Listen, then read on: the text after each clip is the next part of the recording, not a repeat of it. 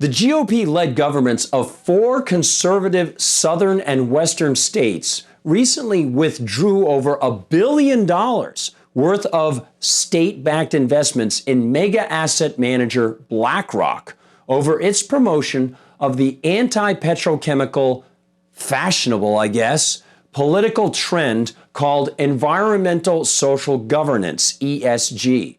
And by doing so, they offer all of us another indication of the power governments now have to steer corporate behavior, whether one applauds the behavior or does not applaud the behavior. And they hint at a growing regional U.S. schism between mostly leftist northeastern industrial/tech and banking states and mostly southern and western states housing major oil, coal, and natural gas reserves. Hi everyone, I'm Gardner Goldsmith for MRC-TV. Still got the wonderful voice going on here. Thanks for joining me. Here's the story. Patrick Temple West covers the action via the Financial Times. Quote, in an interview with the Financial Times, South Carolina State Treasurer Curtis Loftus said he would pull $200 million from BlackRock by the end of the year. Louisiana Treasurer John Schroeder said last week he was withdrawing $794 million from BlackRock.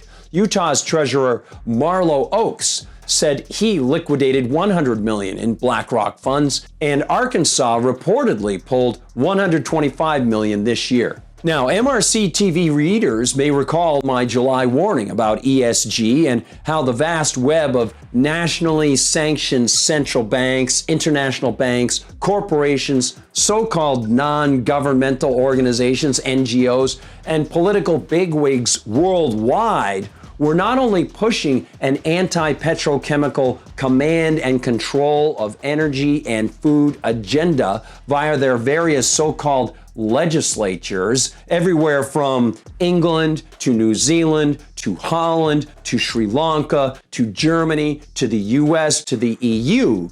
But they might also remember that I discussed how these government and NGO and banking machinations were steering the central bank created money flows in those areas towards those artificially created ESG investment plans.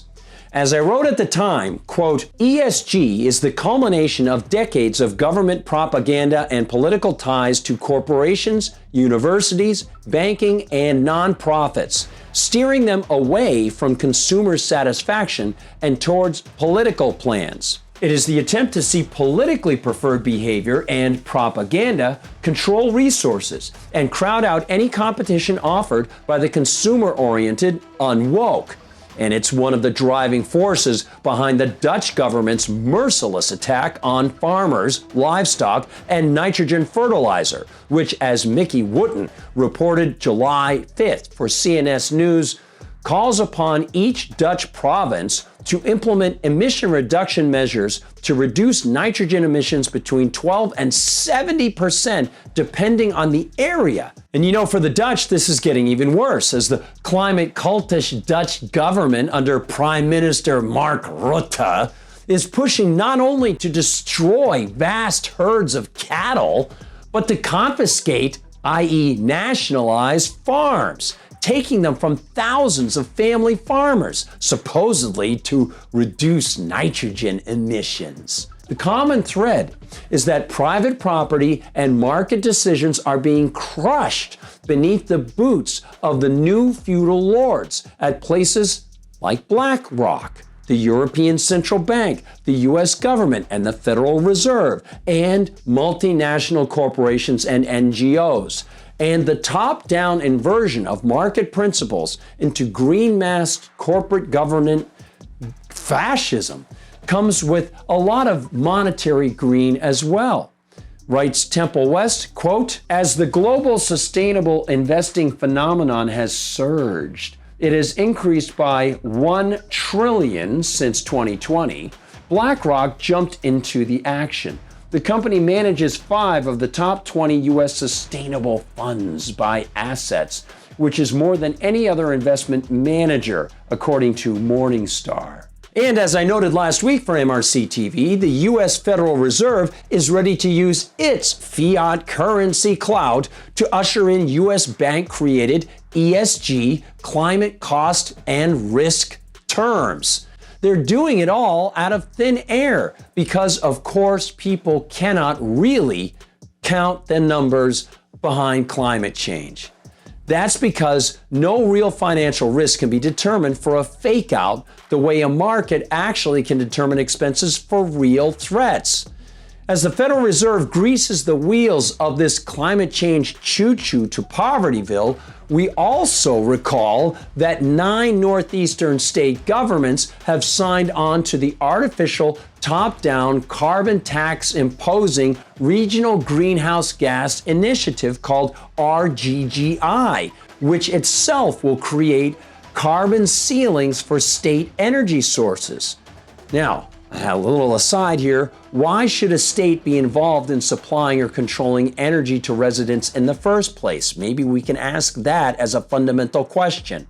Beyond that, they're going to create a fake market for each state to be involved in supplying these credits to their energy companies to trade and sell what are essentially carbon indulgences if they're very good at cutting their emissions.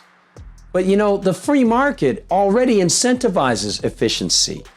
Even the United States Department of Agriculture admits that farmers have become more and more efficient over the past century. The question about what is happening in the US today with these state differences seems to be about who gets its bread buttered, by what policy. And the governments of these conservative states no longer want their state investments feeding BlackRock, which in turn could then lobby for more policies that will harm the oil, coal, gas, and other interests of those states and the consumers who live in them. Thanks so much for joining me, everybody. And again, thanks for putting up with my voice. Hopefully it'll be getting better over the next few days. Please join us at MRCTV.org and join us at the MRC Store. Again, promoting the store because there are great items there. You can join us on Rumble, where we're not censored. You can join us on YouTube, where sometimes we are, and we'll see you in the comments section. You can find us on Rumble, on Parler. You can find us on Instagram, on Twitter, on TikTok, and on Gab, I'm at Gardner Goldsmith, and on Twitter, I'm at Gard Goldsmith. For MRC TV, I'm Gardner Goldsmith.